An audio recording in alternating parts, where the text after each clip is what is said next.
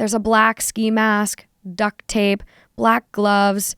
There's zip ties, rope, a half-empty bottle of NyQuil. The cops don't really see any signs of disturbance in the home. There's no broken windows. There's no drawers that have been rummaged through. Even that's not enough to convince the authorities that this is real. They went on national news to say that this was all a hoax and we were liars. So I didn't trust anything that was given to me. They just see a 30-year-old man sitting at his kitchen table saying that his girlfriend is missing.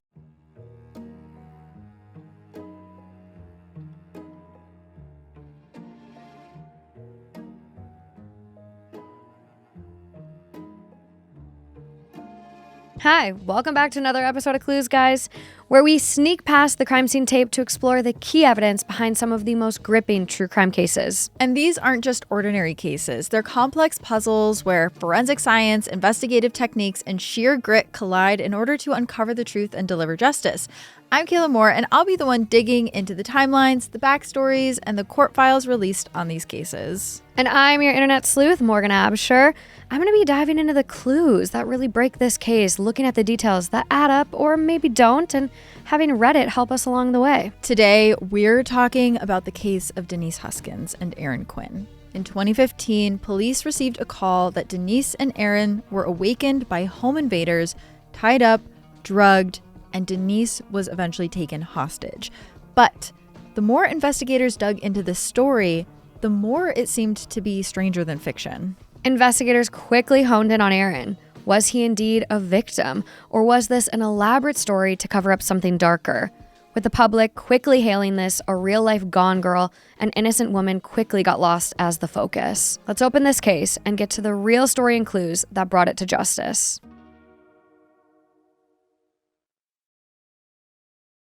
So, Morgan, was the first time you heard about this case also the Netflix doc? It was, and I went into it not knowing anything, and wow, was it a wild journey. Yeah, which we're going to talk about it today, but the doc doesn't even scratch the surface of some of the stuff that was happening in this case. It's a great way to hear Denise tell her story herself. Mm-hmm. There's a lot more going on that we're going to touch on today. A lot. And you got into her book. Yeah, we have her book. If you're watching on YouTube, you can see Denise's book. Actually, she wrote it with Aaron called Victim F, which is, again, another great way to hear the story through her perspective and her words.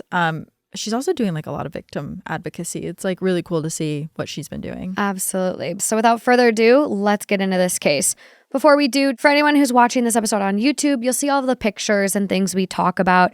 And don't worry if you're a listener, because all of the images will be on our social media at Clues Podcast on Instagram. All right, let's set the scene a little bit. So on March 23rd, 2015, police officers from the city of Vallejo, California, just north of San Francisco, receive a 911 phone call. On the other end of the line, there's a 30-year-old man, Aaron Quinn. He seems groggy and confused, not really panicky, but he tells the officers that the night before, his girlfriend, Denise Huskins, was kidnapped. And the 911 operator looks at her clock, and she can see that it's been 11 hours since Aaron claims someone broke into their house and took Denise. And she asks him why he didn't call the night before. Well, Aaron says, we were tied up and the intruders gave us sedatives. Police officers immediately get dispatched to the scene and they arrive at Aaron's house sometime around 2 p.m. And when they get there, they're already thinking this case is strange because the 911 call was strange. But the house seems even stranger because it was described as an intrusion and someone was kidnapped, but the cops don't really see any signs of disturbance in the home. There's no broken windows. There's no drawers that have been rummaged through. They just see a 30-year-old man sitting at his kitchen table saying that his girlfriend is missing. Officers do notice a couple of strange things about the scene. And they maybe take mental notes, but it doesn't seem like there's much done about it. But they see that in the corner of one of the rooms, in the living room, there's a camera placed up in the corner, up on the walls.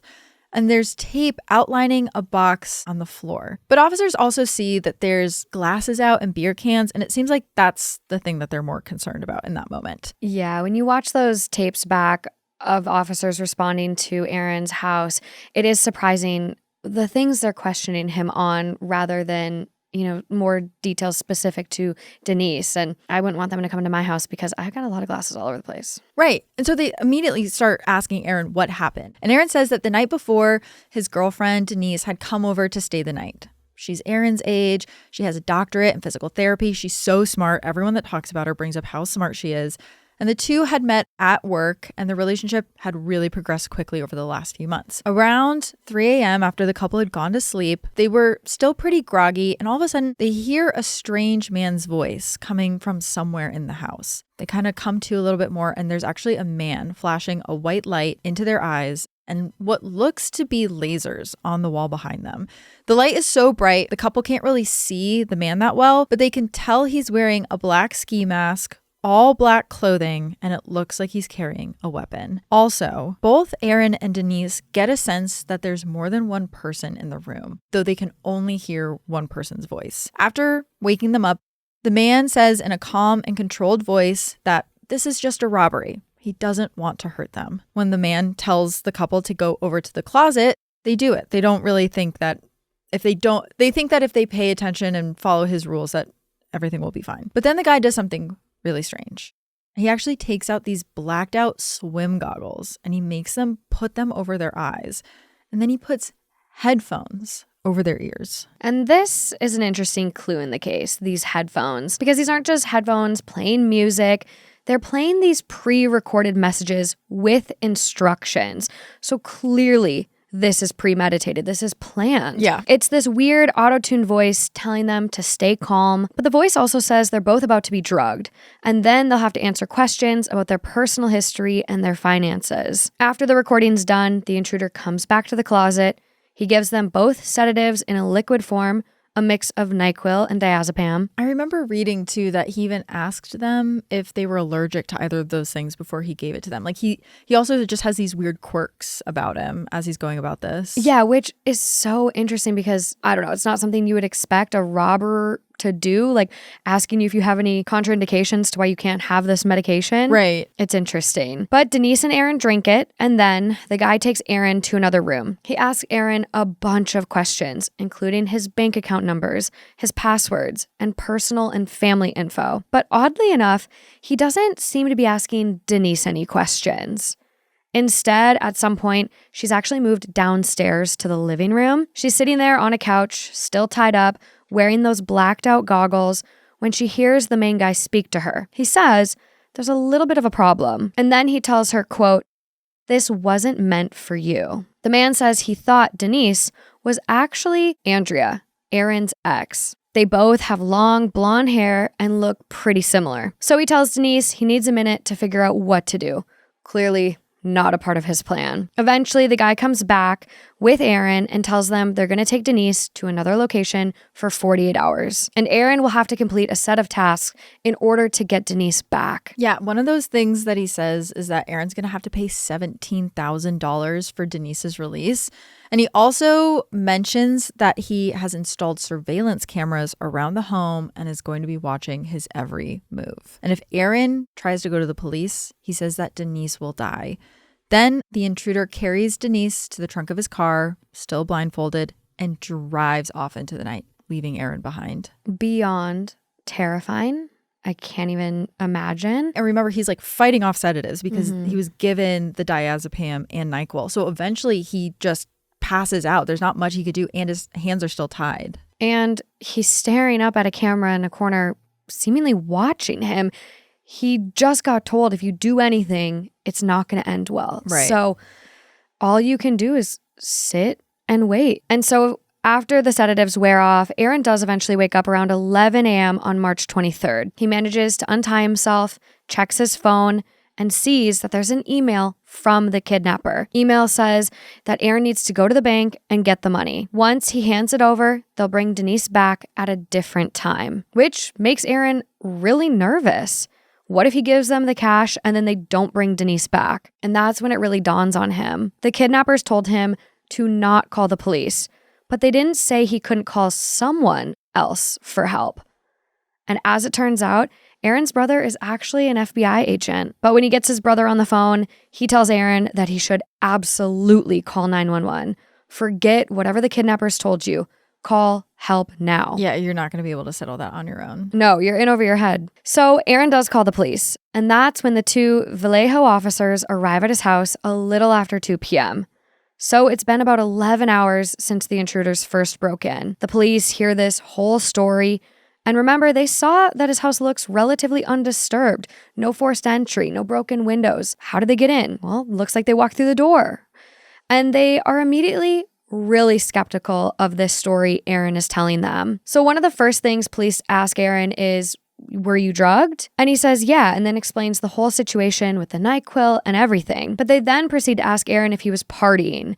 And they really hone in on this. They notice those beer cans and how many drinks did you have? And do you take drugs recreationally? And yeah, it looks like you were drinking last night. Yeah, they're really starting to ask questions that it's clear where their thoughts are already going. And now Aaron insists, no, of course, we weren't partying. I don't use drugs. That's not the case here. It's clear the police who are at Aaron's house kind of have a different idea than what Aaron's telling them. And, he is already taking a risk by calling police, especially after this kidnapper told him, do not contact anyone.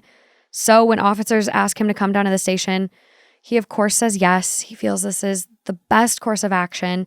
He just wants to do anything to get Denise home safely. I remember in the Netflix documentary, he also talks about how he's from like a nice neighborhood in Northern California. He was raised that like, if you call the police, they will help you. And so as we get further into his story, like there's a few times where it seems like, hey, maybe you should get a lawyer. But like that did not cross his mind. I mean, his brother is an FBI agent. Yeah. The law was seemingly your friend. Yeah, exactly. But when Aaron arrives that afternoon on March 23rd, they put him in an interrogation room. They even ask him to change out of his clothes, and they put him in prison clothes, striped pants and all. Yeah, right away. It's clear they're sending a message, and things quickly get way more intense. Aaron is actually in this interrogation room for the next 18 hours. And I've watched a lot of this footage. It's in the Netflix documentary. Aaron's retelling how these interviews went. It is intense. The story you're telling here, I ain't buying it all.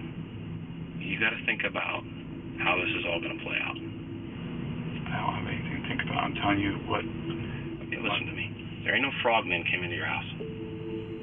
Nobody dressed in wetsuits or... It didn't happen. There's a detective named Matt Mustard, and he really goes in on Aaron from the beginning. Detective Mustard starts asking Aaron more questions about his relationship with Denise, and he learns something that makes him even more skeptical of Aaron. See, last night when Denise was over, the two were kind of sorting through a previous fight of theirs. It turns out that about 7 months into the relationship in early 2015, Denise learned that Aaron was still talking to his ex-fiancée, Andrea. However, Aaron and Andrea had broken up in early 2014 when he learned that she had been cheating on him. A few months later is when he actually started dating Denise, and early on he was kind of like, no, I don't know if I'm ready. I'm still kind of conflicted with my feelings, but Denise said she could tell he was a really good guy and wanted to give this a shot. And Aaron really made it seem like he was over his ex-fiancée and he was turning over a new leaf and starting this new relationship. So when Denise learned that he was still texting his ex, she's pissed, and rightfully so. She kind of says to Aaron at this point, I need to know if you're actually committed to our relationship or not, and sort of gives him this ultimatum. And on the night of March 22nd, 2015, Denise goes over to his house in this part of Vallejo called Mare Island so they can talk it out. She brings pizza, they have a couple beers, they have this really long and emotional conversation, and it seems like they both come out of it feeling really good. Aaron tells her he's fully committed to her. Denise is willing to give him another chance. And this is what Aaron is telling detectives, really trying to paint the picture of the night before. Yeah, thinking that if he gives them this information, they'll see a bigger picture of how beautiful their relationship was. I mean, every relationship goes through struggle and growing pain. It's not abnormal, and he's being very forthcoming with them. But that is not how this detective took this. No. Mustard took this as there was tension in the relationship and was really persistent asking Aaron if he was cheating. Went so far, and this is one of the most inappropriate things I think he kind of alluded to. But he's like, oh, maybe you called the wrong name during sex and Denise got mad. Really, really making a lot of strong accusations. That's a leap, yeah. And being inappropriate. Right. You have someone telling you everything very forthcoming. So a little odd to me. And Aaron starts to get the impression that it's not going that well with this Detective Mustard. He notices that he's not really taking any notes down, even as like Aaron's giving him very specific details. And eventually it becomes very clear why.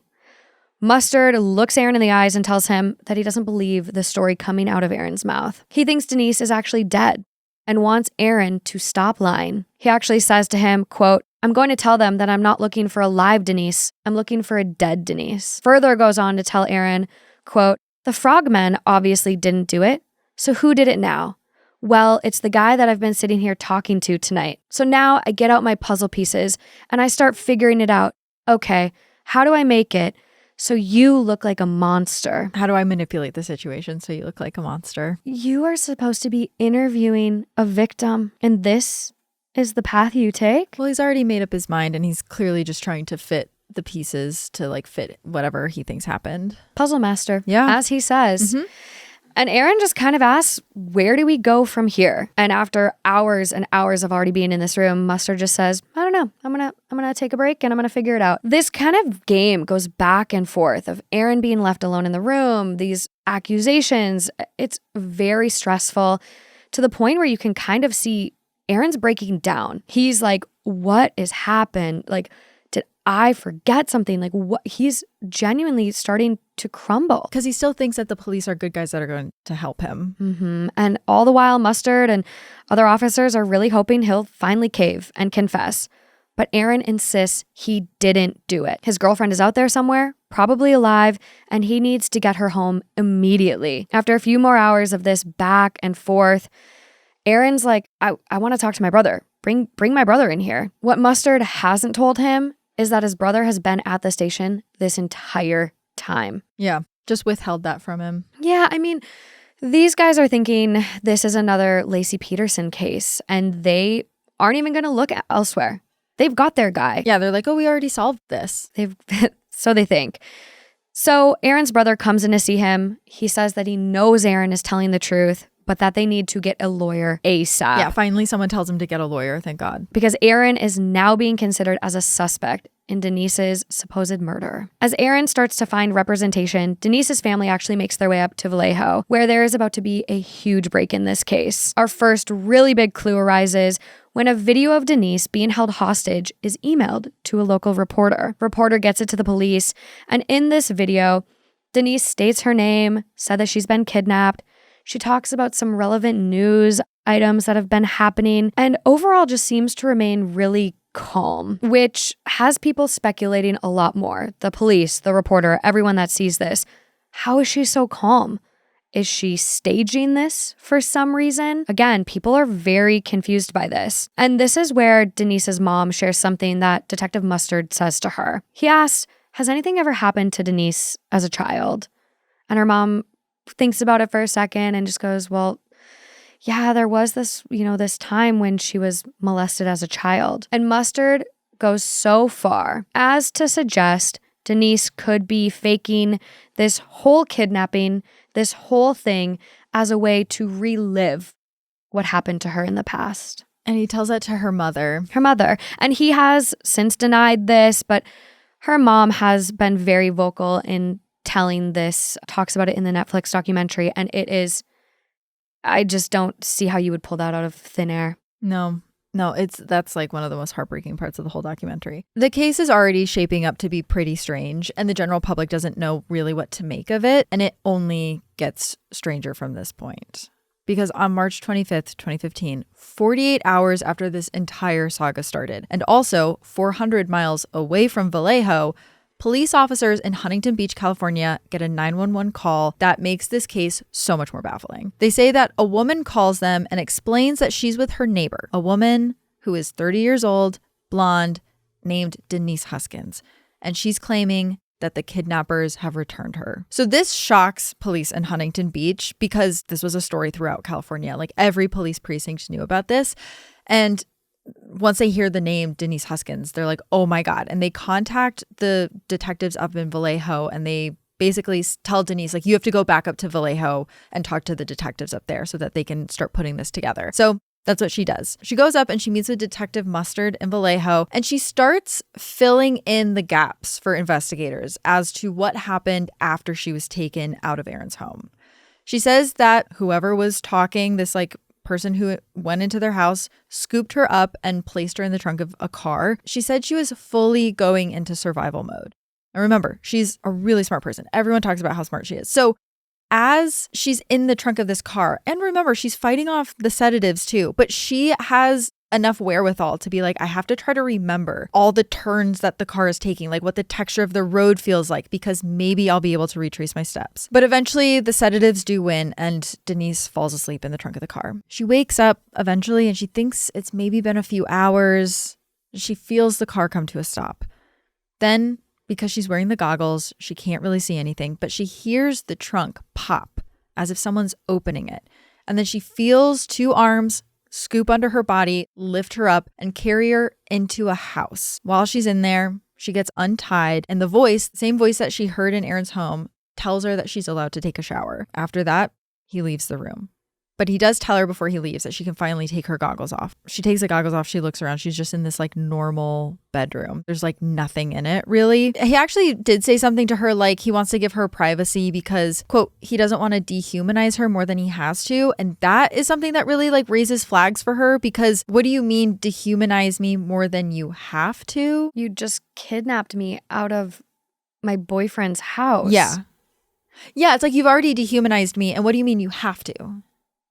Okay. Like, there's just so many things about that phrasing that's just so weird. It would have stuck out as odd to me too. Yeah. And so she really is just like kind of going into that mode of like, I think I need to do what this guy says or he's going to really hurt me. Well, she's in shock, I'm sure, and too. She's in shock. And she's still like, I don't know, when I take NyQuil, I'm groggy for like 3 days. So she's still feeling that. So she ends up taking the shower, but when she's done, she puts the goggles back on because she doesn't want to risk it. The guy eventually takes her to a bedroom where he ties her to a bed with zip ties and a bike lock. He gives her more drugs in that same liquid form, and then he just kind of leaves for a while. At some point that same afternoon, March 23rd still, her kidnapper finally comes back to where he's keeping Denise, and she still has these blacked out goggles on. She really can't see the person she's talking to. She has no idea where she is. But one thing about this kidnapper is he loves to yap, and he starts just talking at her, and he's telling her all of this information.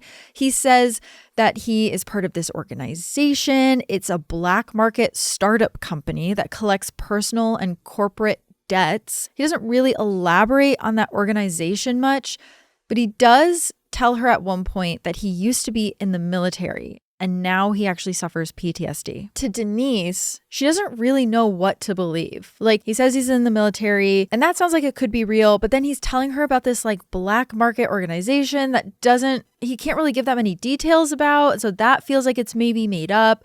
She doesn't know if there's other people involved or if it's just him. Remember, she said that there were like multiple people in the house, but now it's just him in this house. So it's just like very confusing for her. Yeah, and how much credibility does your kidnapper have? Right. And on top of that, remember, he said that he didn't want to dehumanize her. But at some point, he comes in and he tells her that he needs something to blackmail her with. And he says that the group he's with decided that they need to force Denise to have sex with one of them and record it as a safeguard. And after she hears that, she kind of gives up any hope that this person is telling the truth. She knows that this is completely out of her control. There's like really nothing she can do to win over this person. He's making up the rules as he goes. And it just like, it kind of gets scarier from that point on. The guy also says if Denise tries to go to the police after they release her, he's going to put the video on the internet. And so, like, it's really important that they have this piece of blackmail. She feels totally helpless at this moment, but she goes along with it. Again, there's nothing she can do. And the sexual assault really doesn't end on day one. The following afternoon, on March 24th, he comes back and he tells her that the video they recorded wasn't convincing enough. This time, it needs to look like she's in love with him. And so he has them do it again. And according to Denise, she felt the need to, quote, perform to save her life. And at this point, she's going along with what this guy says because she doesn't know what else to do. But like I said, she decided that this guy's a liar and she knows now that she has to get out of there. At one point, when he leaves the room. She has her goggles off and she's looking around for anything she can use as a weapon to fight him off, just something she can do to take control of the situation. And she realizes there's nothing. And she's starting to really give up hope, but she realizes she's just going to have to find another way to survive. So by 2 a.m. on March 25th, it's been about 48 hours since her abduction, and Denise Huskins' kidnapper wakes her up, again, scoops her up in his arms and carries her outside to a car. He removes the goggles that she's been wearing pretty much this whole time when he's been in the room. He tapes her eyes shut and he gives her sunglasses to put on top. Plus, he gives her more of the sedatives he's been using as the car ride starts. At this point, Denise has no idea where she's being taken. She can't help but fall asleep because she's fighting off the sedatives. It's not working. And again, she wakes up and she feels like it's been a few hours. So she feels the car stop. And then the kidnapper tells her that they've arrived at their destination.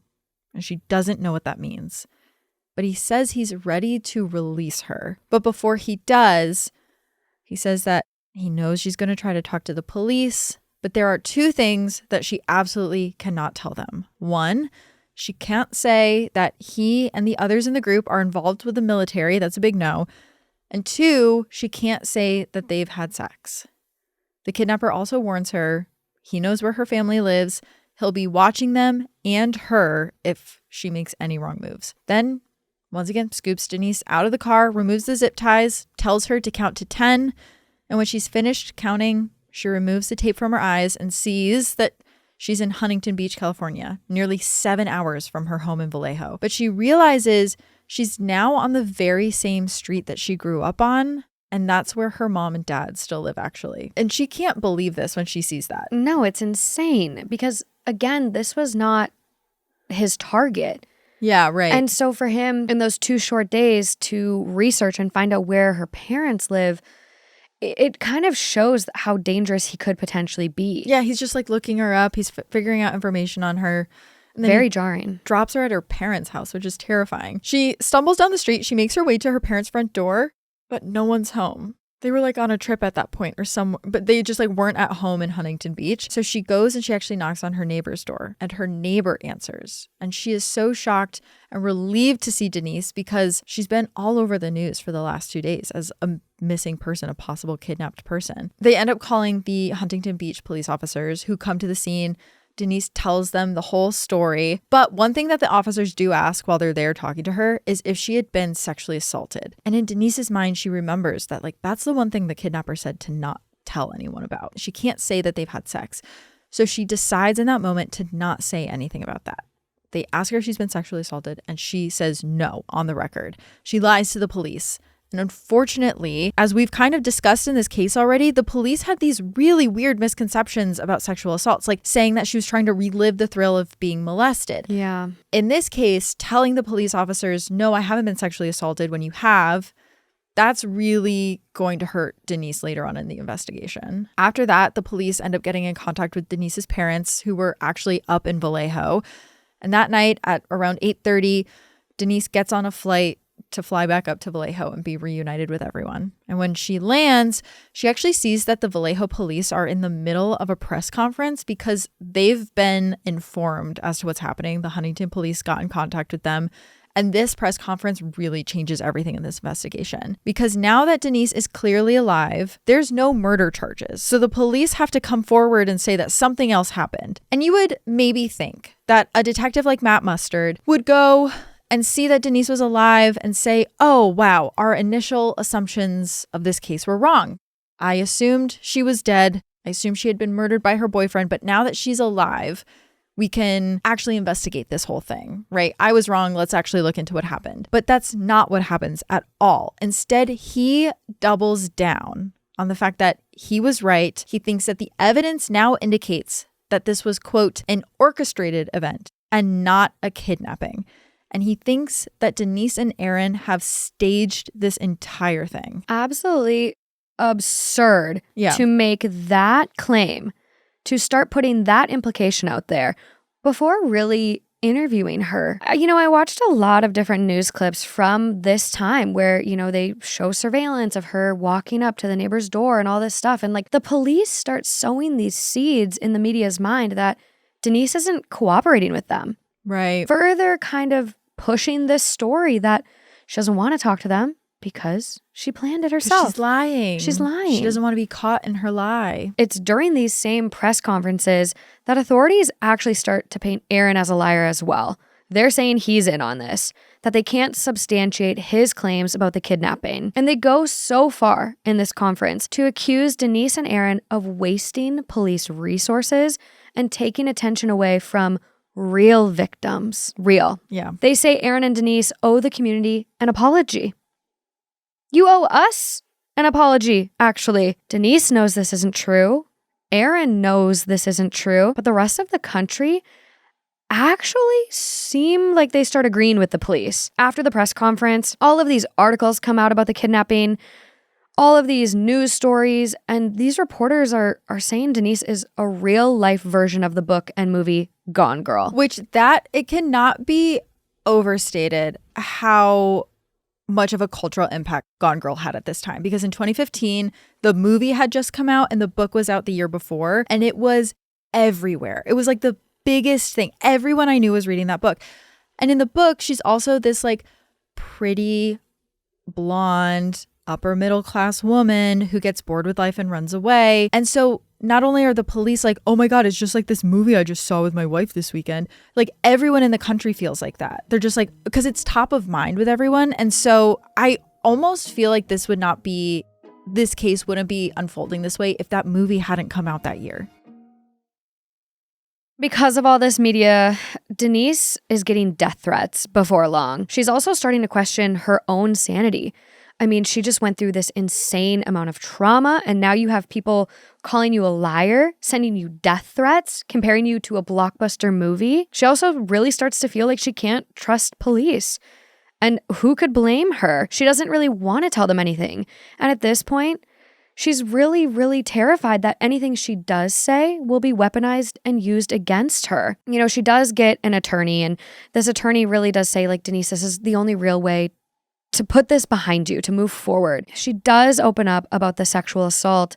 And so her attorney broaches this topic with police, like, hey, let's, meet at the hospital. We'll get this sexual assault kit performed. Like, let's really investigate. And police kind of tell her attorney, like, well, have her come in. We'll interview her. And then if we deem it necessary, we'll do that. But you have to do those kits fast, right? Like you can't shower before you do the kit. Like time is of the essence. Yeah. And they're essentially telling her to sit as she is. Don't shower after this horrible experience. Maybe don't change your clothes. Just come on down and talk to us. No, it wasn't being taken very seriously. But she still wants to cooperate with the investigation, so she does go to the police station to talk to them. And the very next day, that's where she goes to tell Detective Mustard everything. Kind of as expected at this point, he does not seem empathetic at all about what she went through. Instead, he starts asking her questions like, well, did you think about fighting back? Did you think about escaping? And we've already talked about this. Like she was looking around mark that as botched. She was looking around the room looking for a weapon. Like she in her mind was gearing up to be like, if I have to kill this guy, how am I going to do it? But that's not enough for Detective Mustard. He's like, he needs her to say to him in this moment, like, no, I didn't fight back. Or yes, I fought back. Like whatever he's looking for. That's irrelevant. When you are in that situation, everyone handles this so so differently, under stress, under trauma. To ask a victim these questions? No, it's really horrible. I was looking up sexual assault, common sexual assault misconceptions in law enforcement and in education, and just like all like misconceptions that people have about it. And some of the most common misconceptions are that like you can just fight it off, or like it's not really an assault unless it was like violent. And so there is all this evidence that you're more likely to have an assaulter prosecuted if like you're covered in bruises. And Denise wasn't, so it doesn't look like it was forced, right? And so then there's like also not evidence that she like fought back, and they're like holding that against her. It's just like this really horrible situation. Terrible. He keeps grilling her with these like really horrible, re-traumatizing questions. And even Denise's lawyer at that point starts realizing like this is not working out for her. and things are really starting to go south. He basically tells everyone, like, we're stopping this. Yeah, we're done interview. here. We're like, we can't move forward with this. And now Denise feels like she can't trust anyone because every time she tries to help the police or talk to Mustard, it's just like making the situation worse. At this point, too, like the whole world is starting to feel like she's lying. But there's one person, and this is so weird. There is one person who really insists that she's telling the truth. And it is truly the last person you would suspect, which brings us to another clue that we have. Emails. We have emails. After that press conference on March 25th, a crime reporter at the San Francisco Chronicle named Henry Lee gets a message. It's from HuskinsKidnapping@hotmail.com, and it says, quote, Miss Huskins was absolutely kidnapped, ... We did it. You can't make this stuff up. The author claimed to speak for a group of male professional thieves based in Mare Island, where Aaron lives. It went on to say that after spending time with Denise, they were ashamed and, quote, unspeakably sorry about what they did. The author even said the group was upset that she was now being victimized by the police. This author, her kidnapper, so upset over the police's treatment that he sends an email. Wants the police to know it was true and they did it, which is just very strange. Henry is shocked. This reporter is like, I've never seen anything like this. I mean, it's hard to believe a real criminal would risk getting caught just to defend their victim. I mean, you guys, this is 2015. We have the ability to track emails. I know, IP addresses. You can figure out exactly where it's being sent from. So the fact that, they're just shooting off emails to investigators and reporters is crazy. So Henry passes the email on to the police, but even that's not enough to convince the authorities that this is real. They actually think Denise and Aaron wrote the email. Yeah, and don't really look into it past that. Botched. I know. I'm like, I forgot to do it at the beginning, guys. Don't yell at me. So I'm like, I know we have the fact they didn't believe Aaron. Someone in the comments, like, keep count. Keep count. Keep the tally for me. Just insane. And luckily, these messages don't stop there. On March 28th, Henry receives another email. This one is from none@nowhere.com. And it actually has photos attached, including one of the room where Denise was actually held captive. Like the first email, the kidnapper says he's furious with police for doubting Denise. Once again, Henry forwards the email to the Vallejo Police Department. But still, they have made up their minds. They think it's all a part of Denise and Aaron's elaborate hoax. And as Henry, the reporter, is desperately trying to get the police to listen, Denise and Aaron still hadn't seen each other at this point. Their lawyers actually told them to wait until the heat died down because, I mean, that makes sense. If they're seen together, it could be seen as colluding. After seeing how the police reacted, though, it seems like Denise and Aaron just can't wait anymore. So finally, on April 1st, which was a full week after the kidnapping, they meet up at a local Vallejo hotel. Aaron's terrified about how Denise is going to react. She just went through this hugely traumatizing thing. He doesn't know how she's going to be, but honestly, she's just glad to see him when they finally meet up. She collapses into his arms and they both just stand there and cry because the whole world seems to think that they're liars, but they know that they're victims and they're in this together. For the next 2 months, all throughout April and May of 2015, Denise and Aaron continue to be painted as liars by the police and the media. And if that's not bad enough, they're both really suffering from PTSD. Most nights they'll wake up at 3 a.m., which was the time of the attack. Their hearts are pounding in their chests. Denise actually sleeps with a hammer or a knife near her bed. They're both too traumatized to go back to work. They really can't function in their everyday lives. No, and you also get the impression that their work doesn't really want them there either. Like, there's so much scrutiny and people talking about them and saying they're liars and this is a hoax. Aaron even mentioned in one interview that he started to feel pushed out of his job. I can't even imagine, like, you probably can't go out in public at all at that point because people recognize you and just think you're a liar. Aaron and Denise are also not entirely ready to give up yet because they know that there's actual perpetrators out there. And they start to get really worried that these people or this person, whoever it was that did this, might attack again. Turns out they're not wrong because on June 5th, 2015, 3 months after the attack on Denise and Aaron, there was a home invasion in Dublin, which is an eastern suburb in the Bay Area, at 3:30 a.m., the same time as Denise and Aaron's attack. An intruder breaks into the home of a middle-aged couple who live with their adult daughter. Same thing. They're woken up by flashlights pointed in their eyes, lasers pointed at the wall. The intruder is wearing a black ski mask and all black clothing. And he says to them, quote, "We have your daughter and she's safe." Similar to what happened with Denise and Aaron, he tries to tie them up, but the husband gets out of bed and just starts swinging on the guy, just really starts fighting back. And the wife is actually able to run away, and she locks herself in the bathroom of their bedroom. And the husband screams, "Go get our gun." They didn't have a gun, but even just saying that was enough for the intruder to flee the home.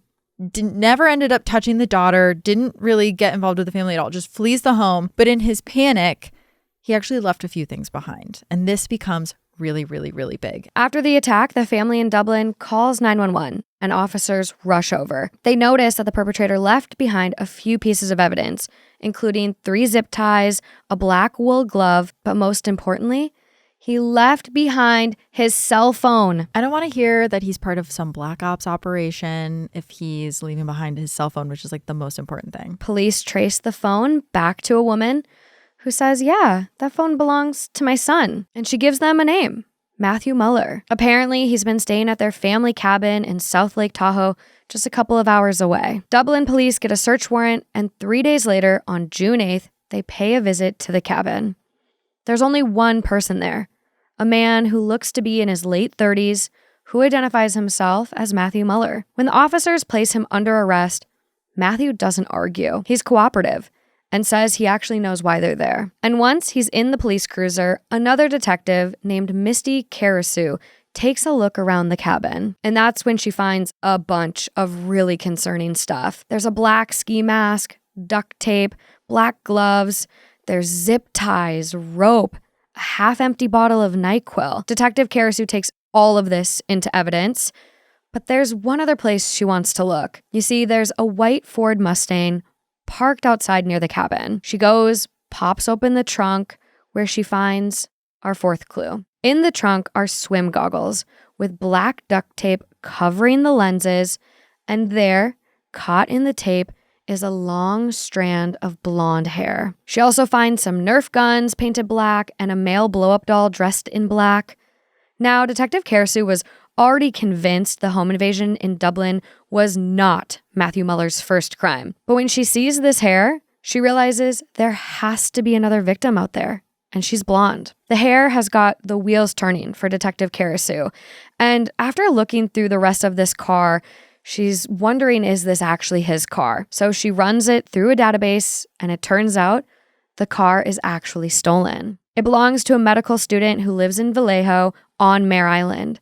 He reported it missing in March 2015, right around the same exact time that Denise Huskins went missing. And when Detective Karasu looks at the Denise Huskins case, everything clicks into place for her. Not only does she have blonde hair, the details of the kidnapping sound a lot like what happened to the family in Dublin. Detective Karasu feels it in her bones.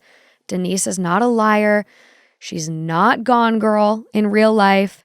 And Matthew Mueller is the man who actually took her hostage. Once Detective Karasu has this realization, she immediately calls Vallejo Police Department. She tells them that she is a person of interest in the Dublin home invasion who might also be involved in the Denise Huskins case.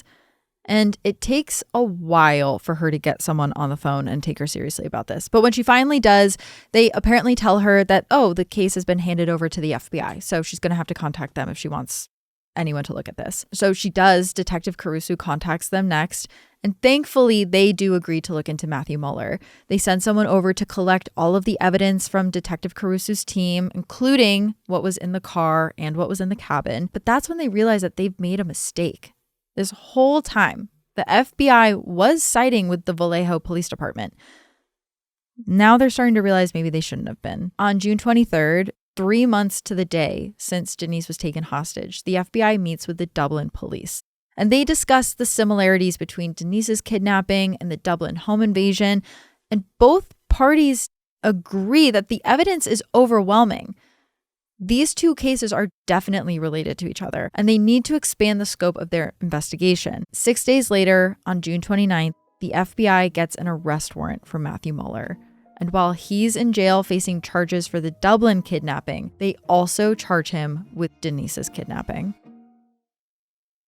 Now let's talk about who Matthew Mueller is. He actually has a pretty wild backstory and seemingly is coming out of left field. Matthew Mueller was born in 1977, which makes him almost 38 at the time of the kidnapping. He grew up in the suburbs of Sacramento and joined the Marines after high school. There is that military clue he told Denise. There was a military connection. He was honorably discharged for some mental health issues and eventually went back to school. Yeah, I remember reading that he really suffered from bipolar disorder. He would have intense depressive episodes while he was in the military. He was really struggling, having active hallucinations and a lot of paranoia, but he was able to get his undergraduate degree from Pomona College, and then he went on to Harvard Law School. He gets married, he's working as an immigration attorney, even moves to Silicon Valley to work for a law firm there. But around 2008, 2009, his life really starts unraveling. He's really struggling with his mental health again, and a couple of years later in 2012, his wife divorces him. Shortly after that,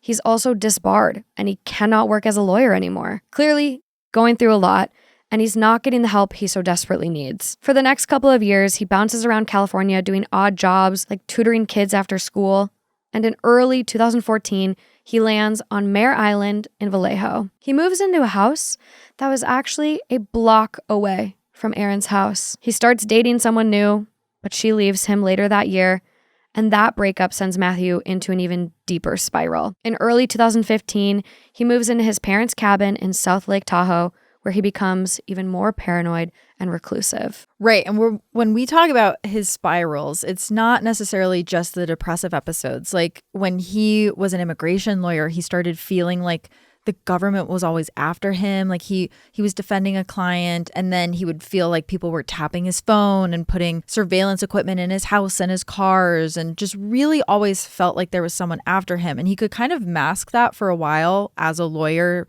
because, sometimes people are not necessarily surveilling, but I don't know, the government's involved. Like maybe you have a high profile client, whatever. But he really started to feel like that intense paranoia. And it was just affecting every aspect of his life. And I did some more digging on him, just kind of combing through some old records. Turns out that this was not Matthew's first brush with the law either. In the years before Matthew's arrest, there were several other cases that shared similarities to Denise's. And these are all before even the Dublin home invasion happened. The first one that happened was this one in Mountain View, which is another suburb of the Bay Area. It was in 2009, the same year that he moved to Silicon Valley for that law firm gig when his life kind of started unraveling. What happened there was an intruder had broken into a 27-year-old woman's home, tied her up, and put blacked out goggles on her eyes. He said that he was a part of a group of criminals that planned to steal her identity and wire money abroad. Later, he did try to sexually assault her, but she begged him not to, and he stopped. The woman also said that he was oddly polite during the entire encounter. He would apologize, just very strange behavior. And Matthew wasn't actually named as a suspect at the time, but he was investigated in connection with another home invasion, which happened just a month later. This one was in Palo Alto, and the details are almost identical, except this time, the intruder did drug a woman with NyQuil. Matthew Mueller was listed as a suspect in this one because he was seen walking late at night near where the victim lived. But when police checked his DNA against evidence that was found at the crime scene, it wasn't a match. That was maybe by design, though, because before leaving, the intruder did tell the woman that he had planted evidence to mislead authorities, whatever that meant. But he was never confirmed through DNA to be involved in that one. Which that alone is an insane piece of information. Yeah. You're planting fake evidence? Wow. Yeah. Eventually, the FBI noticed all of these similarities between these cases, and it's enough for them to at least issue a press release. On July 13th, 2015, they announced that Matthew Mueller has been charged in connection with Denise Huskins' kidnapping. Afterwards, Denise and Erin hold their own press conference. While they're relieved Mueller is finally being held accountable, they also haven't forgotten how they've been treated by authorities. They say the Vallejo PD owes them an apology. It takes another few weeks for the Vallejo police To come to their senses a little, if you call it that, the chief of police sends letters to Aaron and Denise apologizing for the department's comments. But he isn't taking full accountability. He writes in this letter, quote, "While these comments were based on our findings at the time, they proved to be unnecessarily harsh and offensive." End quote. Doesn't sound like an I'm sorry. No, it's like such to a me. backhanded apology. And while he admitted this kidnapping wasn't a hoax, he refused to publicly apologize until Matthew was indicted, which is insane to me. And maybe it's a personal preference. It's a botched apology, so it botched counts. apology. It counts on my list. I mean, after the comments that were made, the wasting of resources, you owe us an apology. Mm-hmm. The doubling down in the wrong direction because they wanted to prove that they were right, even as evidence like the video of Denise being sent to them was coming to light. Yeah. Yeah. The bare minimum was a genuine apology. Yeah. You want to be political in how you say it, sure, but it should be public, not this letter privately. No, and that's exactly what Denise and Aaron felt too. It was still kind of hard for them to get only that as an apology, but they felt that at least the law was finally on their side. And on September 18th of 2015, Matthew Mueller pled no contest to the Dublin home invasion. And 3 days later, he's arraigned for Denise's kidnapping. Come October 1st, he's indicted by a federal grand jury and charged with 1 count of kidnapping. He's not sentenced until 2 years later, though, on March 16th, 2017. And that's when a judge gives him 40 years. And he was 37 at the time, 38, 39-ish. So he'll be late 70s, early 80s. That's good math. If he serves the whole time. During the proceedings, Denise and Aaron read victim impact statements that are online. You definitely can read them. They're really impactful. Very powerful. But by then, they were not the only ones that were looking for justice. Because remember, there were 2 other home invasions that happened in 2009. The one in Mountain View, the one in Palo Alto. Well, in December of 2024, yes, we're jumping in time to last year, like 6 months ago, the Santa Clara County DA brought forth additional charges against Matthew Mueller for those crimes as well, finally. And a month later, in January of this year, 2025, Matthew pled guilty to those. And in March, he was sentenced to 2 consecutive life terms for home invasions with the intent to commit sex crimes in Mountain View and Palo Alto. It's interesting that like he did commit a sex crime and a kidnapping and that wasn't a life sentence. But then the home invasion with intent to commit sex crimes was a life sentence. It's interesting. Our legal system. Sentencing can be kind of like finicky like that. Yeah. Which is, it's just wild. Yeah, I don't always understand that. And so I wanted to include a little section here before we wrap this up, because we talked a lot about Detective Mustard. In this case, he was the one saying the wild claims about sexual assault victims and really like leading the charge in Aaron being guilty and then Denise being a liar. And so I just wanted to have a little pop quiz. See what you guys think about maybe what he's up to today. Because I looked into this guy and I had to see what he was doing. So pop quiz. After it comes out that Detective Mustard got everything wrong in this case, do you think he, A, was fired from being a police officer, B, had to go to training to unlearn some of the beliefs he had about sexual assault victims, kidnapping victims, women, etc., or C, continued to have a career as a police officer that was heavily defined by other scandals? I'm going to go with option C. It was C. It was absolutely C. So I just wanted to run through a quick list of other things that Matt Mustard has been accused of as a police officer. Like this is just stuff that's come out throughout his career. It's objective information. So first off, he was named Officer of the Year in 2015, which was the year he investigated Denise's case, which is also the year it came out that he was wrong about Denise's case. Very strange to me. Beyond laughable. Officer of the Year. Later on, he would go on to push for lower promotion standards within his department so that he could get promoted to sergeant.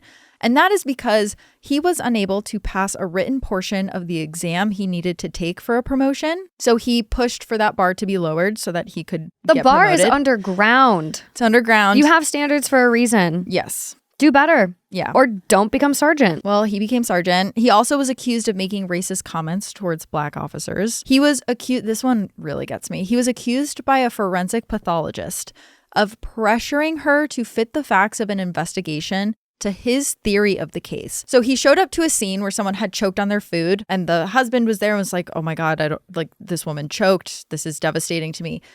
And Matt Mustard asked the forensic pathologist, quote, "What will it take for you to call this a homicide?" Oh my God. Literally asking her to her face, like, how can you massage this so it looks like he killed her? He's trying to make anything fit for homicide. Absolutely. And then one time he also lied about the evidence in a sexual assault case so that he could attribute that case to the wrong person rather than finding the actual perpetrator. And I just wanted to include a footnote here because I know this will make us all feel better. But in 2021, he made $263,000 for his salary. And in 2020, he made $274,000 for his salary. This man is a menace to society. Yeah. He is not protecting and serving. No. He needs his badge revoked. But then there's like Detective Karasu in this case who cared so deeply and really came at it with an open mind and was willing to work with the evidence that she had to piece everything together and go through old crimes from 2009 and really build out the case in a way that she found the guilty person. So like there's bad guys in this case and there's also good guys in this case, Absolutely. which is important to remember. And I want to add too that she was promoted to lieutenant. So the good guys did kind of win in this as well. Okay. Yeah. Makes me feel a little better. Yeah. There is one other thing I do want to point out with this investigation that I just find very odd. There is actually an FBI agent who worked on this case, Agent Sesma. This fact really, really disturbed me. This agent had actually dated Aaron's ex, Andrea. And Andrea has already been like very involved in this case. She's never publicly spoken about it. I don't want to drag her further into it because it wasn't her responsibility to state this conflict of interest and take themselves off the case. That was Agent Sesma. Like that was such a conflict of interest and he never should have been working on a case that seemingly at the time might have involved an ex of his. Like that is so inappropriate. Yeah. He should have recused himself. But as far as I know, nothing, disciplinary happened to that agent and still working for the FBI. Wow. I didn't read about that. There's a lot with this case. It feels like there's kind of a lot of loose ends and people have a lot of theories. There's still quite a few mysteries to explore because, if we think back to Aaron and Denise's early statements about what happened, they felt there were multiple people in that room. Yeah. And right. So when they looked into Matt Mueller's house, they found that blow up doll. And so investigators started thinking, well, he probably brought the blow up doll with him. And that's what everyone thought was like the second person, quote unquote. But reading Denise's book, like she goes into detail about the other people in the house. Like she saw 4 legs, like two sets of legs when she was like laying down on the ground. She could see that there was another person there. She could feel like you were bringing up how like Matt was bringing her down the stairs and she could feel another person walking up the stairs. Like Aaron talks about hearing footsteps in other parts of the house while Matt is talking to them. Mm-hmm. But no one else ever spoke. There's no like verbal confirmation that someone was there. Yeah, there was another source I saw too where Denise recounted hearing a car drive up at the cabin too, but Mueller was already inside seemingly. So, and we don't know who those people or that person would be. No, and I mean, I do think they're right. Like I don't think you can just imagine that, or a blow up doll can replace people's feet walking or brushing past you. So that is another part of this case that is very just mind blowing. It's very eerie. It's just. Leaves you with a lot of unresolved feelings. Yeah, and another thing that some people feel is still unresolved is like Matt Mueller's backstory, because there's that elaborate story that he told Denise. He mentioned something about being this like black market like actor, like some sort of belonging to some sort of black market operation. And we know that that's a total lie. It was maybe some paranoid delusion that he was having.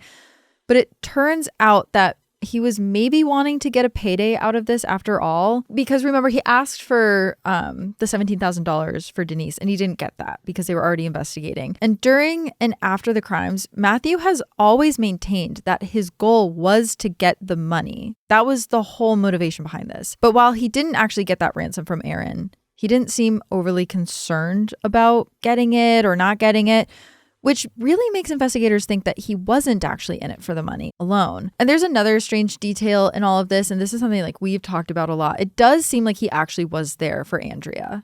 Like he wasn't there for Denise. When he put the headphones on them when he was kidnapping Denise. The pre-recorded message she was hearing was using Andrea's name. It wasn't using her name. Like, hi, Andrea, I'm going to be doing this, da-da-da, which is just so strange. And it would make sense if, he lived a block away from their house. Aaron and Andrea, from sources I saw, bought that house together. Right. And then after the breakup, resolved it. But if that was his neighbor who he saw, it could make sense why he targeted her. And they were both blonde. Like, maybe he didn't know that he wasn't going after Andrea, that it was actually Denise. He was kind of known for casing out outside of the houses of his victims before he would attack. So maybe he had been doing that with Aaron. Another thing that they held against Aaron was like when he and Denise first got together, Andrea was still living in the house. So there was a little bit of overlap where like maybe she hadn't moved out all that long ago from when Matt was like planning his attack. We can at least say one thing in all of this when it comes to Matt Mueller is that at least justice was served. That's like the one nice thing that's come out of this. Yeah, absolutely. By 2016, Denise and Aaron were still waiting for that public apology from Vallejo Police Department, and the more time passed, it seemed less likely that they were going to get it. So in March 2016, they took matters into their own hands. They filed a federal complaint against the Vallejo Police Department and sued for defamation. The lawsuit says, quote, because of the police department's allegations that Huskins' kidnapping was untrue, their reputations were tarnished and they were forced to move out of the town where they had worked. They were able to subpoena text messages and get records between the former police chief and a former Vallejo police captain, where the chief, Badeau, had instructed the captain to delete messages from his cell phone that directed Park, who was one of the main spokespersons during this, to, quote, burn that bitch, in regards to Huskins. Clearly there was a case here. I mean, there's a lot that went down, as we've discussed. Yeah. And luckily, 2 years later in 2018, Denise and Aaron won the lawsuit and were awarded $2.5 million total. And their story has an even happier ending. A few months after winning that lawsuit, Denise and Aaron got married. They actually invited their lawyers, Detective Caruso, everyone that kind of made them able to have this life together. Today, they live in Monterey County, California, and have 2 daughters. I know one of Denise's and Aaron's daughter was born on the anniversary Denise was released. Wow. And she talks about this quite a bit. She says it's kind of this new chance for her. It's really, it has a lot of meaning for her. That's symbolic. Very. As we've mentioned, they also wrote a book about their experience called Victim F, which was published in 2021. Yes, and buying it is a great way to support Denise if you're able to. Hi, guys. So we actually recorded a totally new outro for this. We reached out to Denise, and she was willing to come on and talk with us and update us where she is at. So we thought we would include this little tidbit from our conversation where Denise really gets into some of the advocacy work that she's been doing these last few years. Check it out. Thank you so much for hopping on with us. Like, we were talking about this all morning. Morgan and I have been texting about this for days, just how excited we are to be able to talk to you. I guess where I kind of wanted to start was we have your book here. We loved reading it. This was really a case that was like so misinterpreted and misconstrued to the public from the beginning. There's this whole narrative that was spun that was like completely wrong from what was really happening. But like in the last few years, you've done such an amazing job of like reclaiming that narrative. You have the book. There's all the work you've been doing recently, giving your talks. There's the documentary where you're speaking. Can you kind of talk a little bit about what it was like to make that decision to start reclaiming the narrative, like how that all kind of came to be? Yeah, I think even really early on, Aaron and I would talk about how we would share, if we would share, when we would share, and considering how it was all so publicly misrepresented over and over again, even after Mueller was caught, there was still incorrect narratives about what was going on. We knew that the best way to really share the entirety of what happened is by writing a book, because we saw news reports in the 2020s and Datelines and all the things, and no matter how well-intentioned they may be, they have to edit, they spin things. It's all very sensationalized. And we knew that the truth of what happened to us would never be fully represented unless it was given through our voices and through our experience. But that process took a really, really long time. We didn't speak publicly, do a public interview until 3 years after the kidnapping. And that's because we had to wait for the criminal cases and the civil case to come to a close. And that's what I think a lot of people don't understand about like the reality of like how these real life cases and situations happen. I mean, at first we were being threatened with prosecution. And so we were with our defense attorneys preparing to go to court to defend ourselves. And so, of course, you can't speak publicly preparing for that. And then Mueller gets caught, and then it's all of a sudden, okay, well, now we need to focus on the criminal case, and we don't want to speak publicly about anything that could then derail the sentence that he's going to get. And then we had the civil lawsuit against the Vallejo police and similar reasons. We need to wait for that to play out. So once we settled with Vallejo, and we also too, it was supposed to stay private, but then we saw that I think people on their end were leaking stuff with the narrative of like, oh, they're taking taxpayers' dollars away, when it was them who did that. So we knew we wanted to at least do an interview, and we decided to do it with 2020. But then that was it. We then waited, and the next 3-year process was figuring out how to write a book and figuring out like how to find a co-author that would help represent what we went through. And it was hard. Like we had one co-author that we were going to work with that wanted to make it into like a psychological thriller and give Mueller a voice. And it's like, that is absolutely Hell no. not what we're wanting to do with this. And I don't even want to claim to know what's going on in this guy's head. And that's not,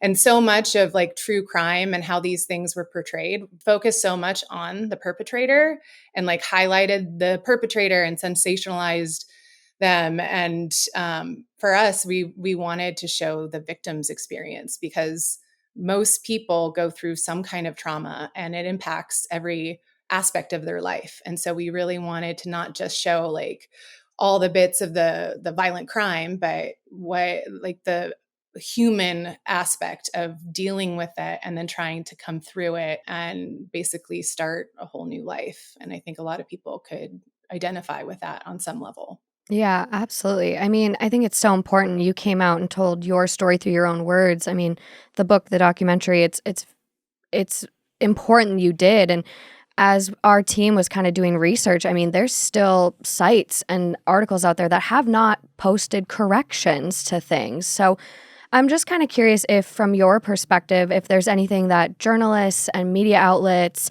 could do better when reporting on cases like yours.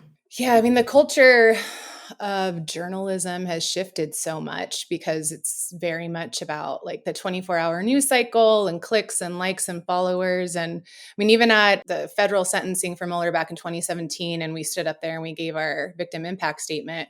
And like the court was dismissed, and like reporters are sprinting out to like be the first one to tell the story. And you're just kind of like, I mean, really, there's a human aspect to what you're reporting on. And I think it's important for journalists to remember that, because it's real life, suffering that you're playing a role in and you can be influencing. And it's important to remember that you're not going to have all the information. So being very careful about how a story is being presented. But that's, again, where it's like really tricky, because to get people to like binge watch or whatever, like they need those big swings. Yeah. Even in the documentary that we did with Netflix, there was still that like kind of bait and switch of, did Aaron do it? Did I do it? Thing. And the goal is to get people engaged and to keep watching. So it's hard as like a subject to have to like kind of compromise, not kind of, fully compromise and understand that dynamic, because the whole point of trying to advocate for change and show like systemically the issues that so many victims face is for people to be aware of it. And for them to be aware of it, they need to be entertained on some level to be able to keep watching or listening. And so it's just like a hard reality of that aspect of it. So again, that's like why we feel good that we've got the book as like a resource so people like can get the information there, but then, it's helpful to try to get it out on, obviously Netflix is a Right. huge network. And Yeah. so, I mean, I think it was like 70 million views or something all around the world. Oh And my people all gosh. around the world are going like, I've experienced something like this too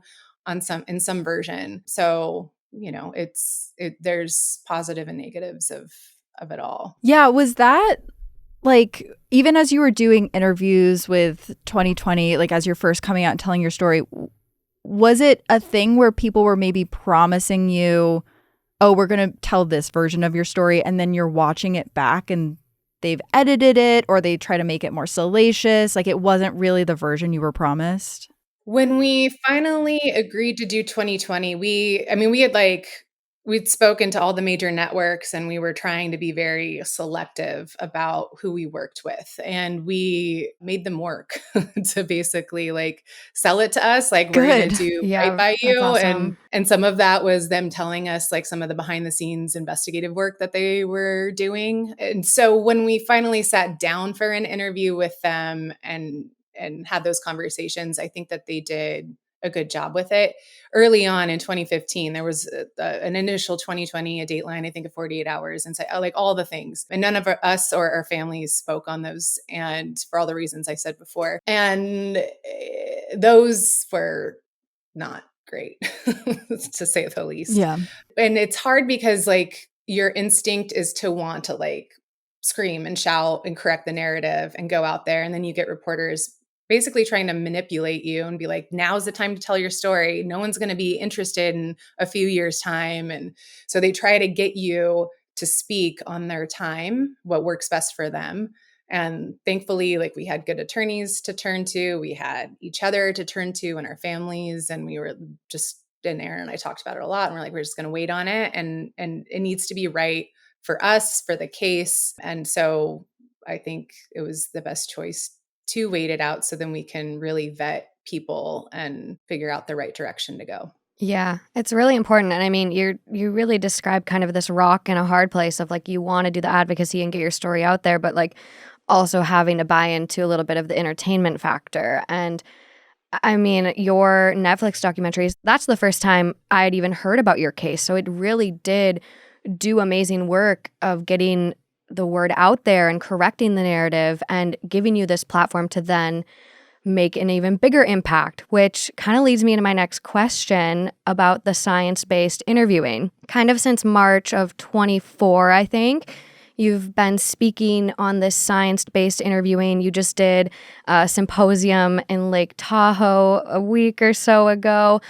I'd love to know a little bit more about that. Like, first off, like, what is science-based interviewing? What does it even look like? Yeah. So like you were saying, I mean, one of the best things about the documentary that coming out and being on Netflix and having that exposure was we finally got people in law enforcement interested to hear from us and asking us to come and speak. And that's all we wanted from the beginning. I think initially because we sued the police and everything and spoke openly about what happened to us, people's knee-jerk reaction is like, oh, they're critical of police, therefore they're against police. And that's absolutely not the case. Aaron's brother is an FBI agent. And so we wanted the chance to like sit in a room and have a conversation with them. And so one of this chief of police invited us to come speak in Monterey County, and we jumped at the opportunity. And then the El Dorado DA of South Lake Tahoe, where I was held captive, he was there and he invited us to speak at the science-based interviewing symposium last year. And so then he invited us again this year. And then we've had a number of different other conferences that we've spoken at, often like sexual assault conferences. And I mean, for science-based interviewing, it was when we went last year and sat in and watched, it was like one of these bittersweet moments where like, wow, this is so great that they're doing this, that they're training people in a different way than how Aaron was interrogated and how I was treated. But at the same time, like with our experience in physical therapy and our training and education in physical therapy and understanding of psych, like hearing them talk about psychology, like basic psychology, was kind of like, oh my God, like, why is this revolutionary? Like, why is this? I mean, they get a lot of pushback and a lot of resistance. And so they're really trying to crusade for change. But like, It just seems so very lacking in progress, you know? So I was like encouraged to see the changes. I mean, the biggest differences and just like the shortest summary is that the idea is that you treat people with respect and dignity, and people will be more likely to want to open up and talk to you if you do that. Whereas like the other ways, the old outdated ways of interrogation, I mean, Aaron was isolated in a room, kept from his family in an air conditioned room, windowless room. He didn't have his keys, his ID. He was lied to. He was manipulated. He was left alone for hours. And then they came in, and the primary goal with that outdated training was they go in with a guilt presumptive mindset. They believe that he is guilty and that they're going to go in there and do whatever they can to break him down and get him to confess. Of course, in his situation, it would be falsely confessing, but it happens because you're broken down psychologically. And a lot of people break down within like hours, and Aaron was interrogated for 18 hours. I mean, what was like the most terrifying thing for me when I heard about how Aaron was interrogated and treated, I saw so many parallels to how I was treated in captivity. Again, like the isolation, the manipulation, the threats, the degradation, stripping you of your identity and your worth, and you are powerless to these people who have control of your life. And I just don't think that that should be how, you know, people, the good guys should be treating people to get what they want. So the science-based interviewing is, again, just like, don't lie to them, treat them with respect and dignity, try to understand where they're coming from. So like from a religious standpoint, from a cultural standpoint, based on their past experiences and their life. Don't make assumptions. You know, again, the outdated interviewing is under this belief that you're a human lie detector, and you can tell if someone's lying by like the direction of their eye gaze or how they're sitting and holding themselves, or then like using a polygraph, which is pseudoscience. So it's just looking at the research and human behavior and psychology to interact with suspects. Yeah. Does the training for this then include a bit more psychology than someone in law enforcement would typically get just to become an officer? Like, does that become a big part of this? Yes. And that's another thing that it still kind of blows my mind that some baseline of psychology isn't taught from the beginning. And I don't know the exact curriculum, and I'm sure it changes from local to federal, but I feel like you're dealing with people who are going through a trauma. They're going through the worst moments of their life, whether they're the victim or the perpetrator. So I think you should have a little understanding of how trauma impacts the human brain, the human body, and that dynamic of human behavior. Like, I feel like that should it should be entry level. It should be basic. Yeah. You know? Yeah. So it was nice to go to the science-based interviewing, and I'm like, oh, good, there's actual psychologists up there talking. Like, that's great. And it should be a multidisciplinary approach, because there's no way that any one group of people or discipline can handle all the things. You know, from a legal standpoint, I mean, they need the tactical training. They need to be able to defend themselves and be trained with weapons and, you know, how to take control. But the de-escalation part and having people feel comfortable, again, whether it's a victim or suspect, you know, the victim's not going to speak to you if they don't think that you're going to protect them, not just physically in this moment, but like after, through the court process. You know, are you going to value what they're going through emotionally? Yeah, I was telling Morgan earlier, my cousin is like in the middle of cop training right now. He's like doing the 6-month program to become a cop. And so I've been talking to him about the things that he's learning. And he's like ex-Marine. He's like super well trained. But he's like, Kaelyn, I am in class with people who have never fired a gun before. So we have only 6 months to go through this, and we have to teach the basics. Like, we don't have time to be, and then you have to learn the specific laws of your area. Like, there's just not enough time to go through psych courses and interpersonal relationships and like trauma informed yeah. And like EQ and that stuff. And to me, it seems like that kind of training is something that you shouldn't just do once. Like, hearing your story, it seemed like a lot of the officers you encountered too were like, maybe part of it is just being jaded from working at that force for so long or whatever it is. But it seems like a type of training that it would be useful to do every few years as like a good reminder of how to behave and do these interrogations in like a more interpersonal way, I guess. Yeah, I mean, obviously it's tricky to like integrate all those things, Yeah. but I think at least something, at least a class,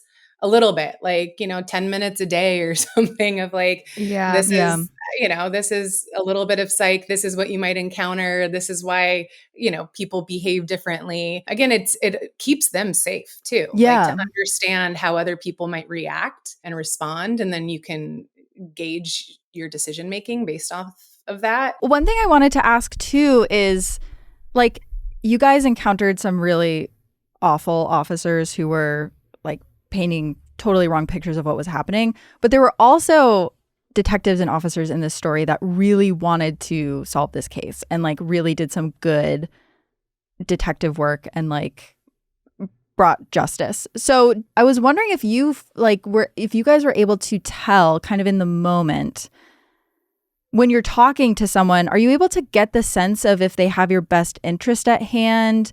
Like if someone that's listening was ever like interrogated, do you feel like that's something you can have a sense for, or do you just have to kind of wait and see eventually if like the person you're talking to is actually going to like advocate for you? Well, I mean, our case was, I don't know if it's different, but I spoke to Huntington Beach police for an hour and a half. And then the first phone call interaction from the lead detective in Vallejo is offering me a proffer of agreement, which would be immunity, so I'm going into, and I have to get a criminal defense attorney. And then even just the interactions of trying to set up sitting down and being interviewed by Vallejo police, like they were really dismissive. They refused to set up a SART exam until I went in to talk to them. They went on national news to say that this was all a hoax and we were liars. So I didn't trust anything that was given to me. No. Yeah, right. It's crazy because you don't, like, hearing you tell it, it's like, we know it was that quick, but like, it was genuinely that quick So where you're fast. getting, oh, here's immunity. It's like, what? Well, and then that's the thing too. It's like, then it's spun that I'm lawyering up, I'm going to get an attorney, Right. and then that's supposed to be some stamp of guilt. But of course, law enforcement doesn't tell media. But by the way, we offered her a legal, Yeah. this legal offer Yeah. that, like, I don't know what that means. Of course, I'm going to get an attorney. I think that does kind of play back though to your question, Kaelyn. It's like, how do you get a read of like, is this a safe space? Can I present my story? And I think that goes back to, what you're saying about this science-based interview. And it's like, if you treat people with this basic dignity and just humanity from the jump, like, you are creating that safe space. Yeah. And it feels like it should be a common sense approach, but it's obviously not. But it would be easy to see how that would instantly lower someone's defenses and maybe get the conversation to a better, more honest, open space. Yeah. Yeah, and I had just spent 2 days in captivity with someone who was surface level polite, but stealing my body, threatening my life, Yeah. threatening my my loved ones. Like the entire time was like him trying to manipulate me, like in the politeness was so obviously fake, and just to try to get a certain response from me. But I had no choice but to play along with whatever his game was, or because I was trying to get out of the situation alive. And so then I go and I speak to the authorities, and I'm sitting there, and thankfully I have a criminal defense attorney next to me. So like I feel like some measure of safety, like someone's, looking out for my best interests. But like these officers and detectives, like I felt the same energy with them that I felt with the perpetrator. And that's where I think that old type of interviewing and interrogation and having that manipulation and lying and deceiving, like people pick up on that. But they're the police or the FBI. Like, so it's being in that seat and seeing it, you can't be like, well, you're full of shit, because they're the person that you're turning to for help. There's nowhere else to go. So they inherently have that power over you. And I mean, that's what happened with Aaron. He's like, this is crazy. And he didn't ask for an attorney for 18 hours because he's like, I need them to help. And so then that's just where it gets really complicated and messy. And obviously it put them in complete wrong direction. And then they just put their blinders on and refuse to look at the evidence and see anything beyond what they believed. And that's like another piece of training that I think would be really helpful. Again, it doesn't have to be like in depth, but continuously telling people entering this field, like, you have implicit bias. Every person has their own biases based on where they grew up, what their life experiences were. And you need to understand on some level what those are when you're going to interact with all different kinds of people. And that's where it's hard, because if you don't have that baseline understanding and you go into a department like Vallejo, who have these seasoned officers who've had this mindset for decades, and like this belief that like, yeah, I can go in there and I'm going to be the guy who gets the confession and all of that. I mean, it really changes how you're going to operate and how your cases are going to be handled. And Absolutely. I think a culture of a place, I mean, you can have one good apple put in a bucket or basket of others. With a culture like that, a negative culture, it could really impact it. Yeah. Did you feel like the officers had a very specific idea of like what a woman in your situation, like how they would behave? Or obviously there's tons of myths about like sexual assaults, about like sexual violence against women. Like, yeah, could you feel that bias in the questions you were being asked? Yeah, I mean, I had told them all, like, in the beginning, like what happened the night of the home invasion, through captivity, the trunk of the car, like the assaults, how that happened, what was said, what was done, why I did what I did, like every step of the way. And then even after all of that, I get asked by like the lead FBI agent. So you're like, oh, he should be well trained. He's like, yeah, but did you scream? And I'm like, no. Did you fight? Well, no. Oh my Did you God. think about it? Well, yeah, Jesus I Christ. thought about it. Yeah.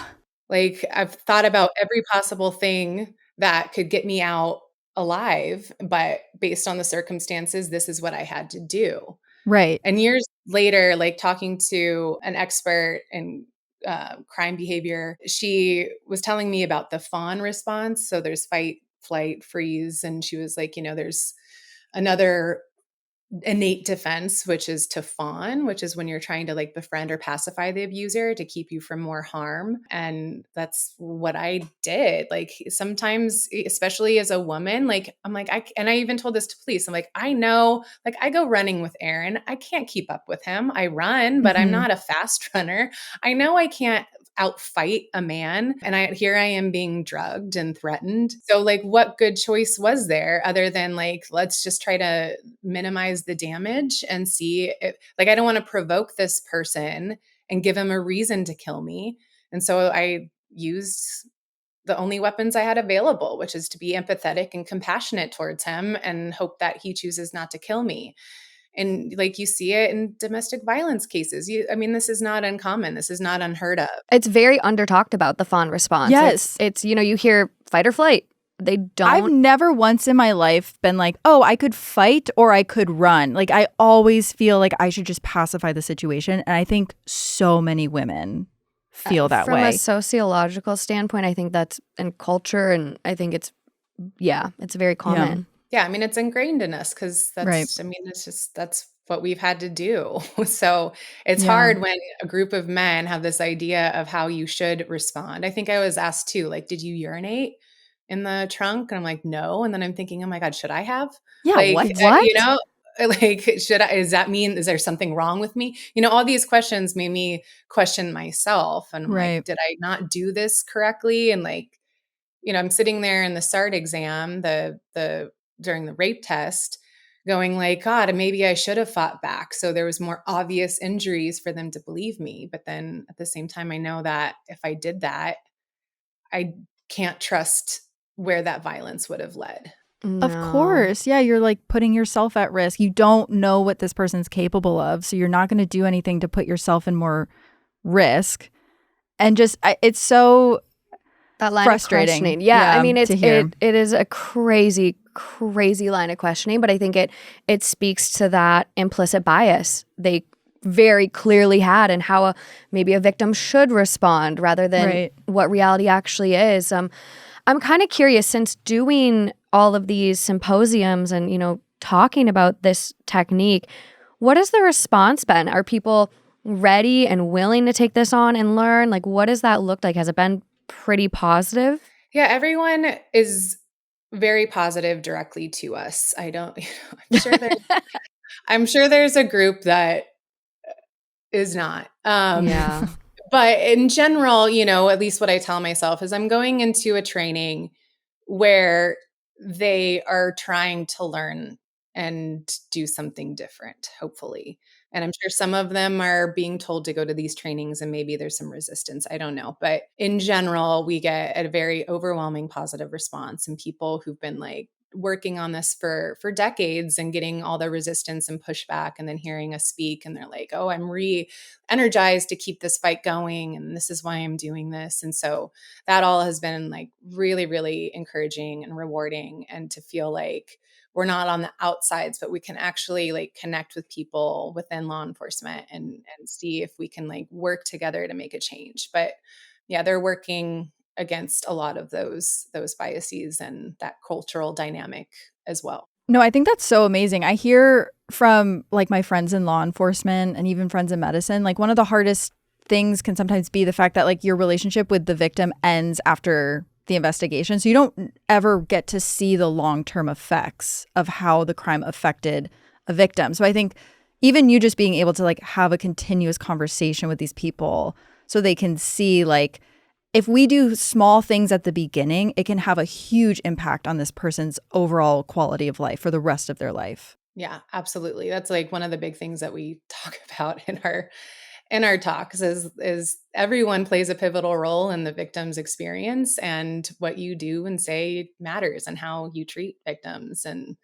And two, it's really important if you feel like help victims feel safe and heard and understood, so they can feel safe enough to participate in the court process, because that process is incredibly difficult and re-traumatizing and re-victimizing, just in and of itself. So, you're not going to get anywhere if the victims don't feel comfortable to come and report and don't feel safe enough to continue on. Yeah, I think Absolutely. it's been nice to see your relationship with Misty too. I like saw your story today, and it was Auntie Denise is so good at face painting, and it is really nice. And your kids are beautiful. I just want to end, kind of wrap this up with, where are you at today? You're still practicing PT, and anything else going on right now? Yeah, I mean, it's been a decade since the kidnapping, so life still continues, still moves on. Aaron and I got married in 2018, and Yeah, congrats. thank you. Yeah. It's an incredible gift to have a partner that can understand you and be flexible with you. And, like there's some days where like he takes charge and is the strong one, and other days it's me, and other days it's us together, and other days we're just like, okay, we're done. Like, so it's nice to not have to like over explain, and just have someone see you for who you are, and accept what you're going through. And yeah, we welcomed our first daughter, Olivia, on March 25th, 2020, which was 5 years to the day that I was released from the kidnapping, which is like an insane full circle moment. And then we have our second daughter, Naomi. And so right now they're 2.5 and 5. And I mean, they are our world, it's parenting is crazy and amazing. And they're just hilarious. Like, just to see their little personalities and their dynamic and interaction. And I have Olivia in martial arts and encouraging. I love that. Yeah, definitely. I love that. Love that aspect. Yeah. And I'm doing self-defense and boxing, and, it's emotionally helpful, but also physically helpful. Still working as a physical therapist, both Aaron and I are. And so like our day-to-day is just like any normal parent, and which is lovely. And then we have these little moments where we go travel and speak to law enforcement and hope that we can make some difference. You I don't know definitely if are. I'm naive or something, No.